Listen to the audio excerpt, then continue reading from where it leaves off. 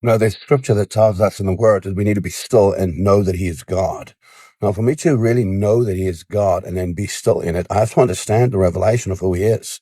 And you might think to yourself, well, Gustav, it's impossible to know him, to understand who he is. But there's measures in which he reveals himself and opens himself up to us. But the idea here is for me to sit in him, because it's in him where no weapon formed against me can prosper. It's in him where no demonic entity or power or principality can come against me.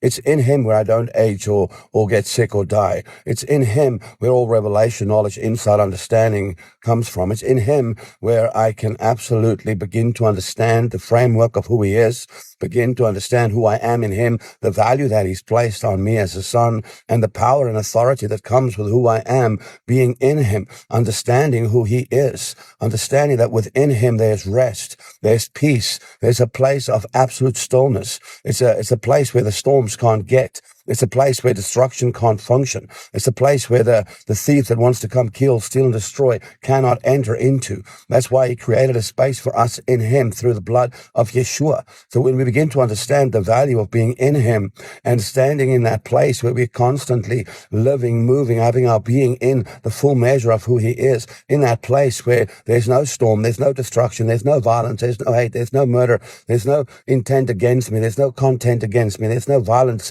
formed against me. There's no weapon that wants to kill, steal, and destroy me. In him is that pure peace, that love, that fire, that intensity of care and kindness and gentleness, where he grows me, where he matures me, when he sets me into place and begins to teach me all that I need to become. It is that place within him where he longs for the sons and the daughters to come into, that place where we understand what it means, to live in shalom, what it means to live in complete and utter rest, because there is absolutely nothing in him that will bring destruction to me. Only life. There's Zoe life. It's a God life. It's the full measure of life. It is the gimel of life, the full supply, the all in all, the everything I require, the everything I need.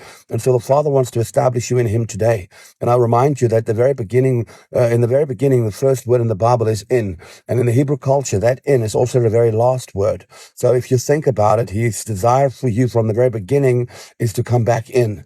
And when I step back into that place where I'm inside of all of who he is and his frequency of life and love and his frequency of light frequencies over me, it takes me into a measure of peace and rest, and it begins to take me into a place of power, authority, and it sets me in him as the foundation, and it begins to rule every part of my being. It begins to take me into a place of absolute glory. And the Father wants you to sit in that realm. He wants you to operate from out of there. Be still, rest, have peace, and know that he is God.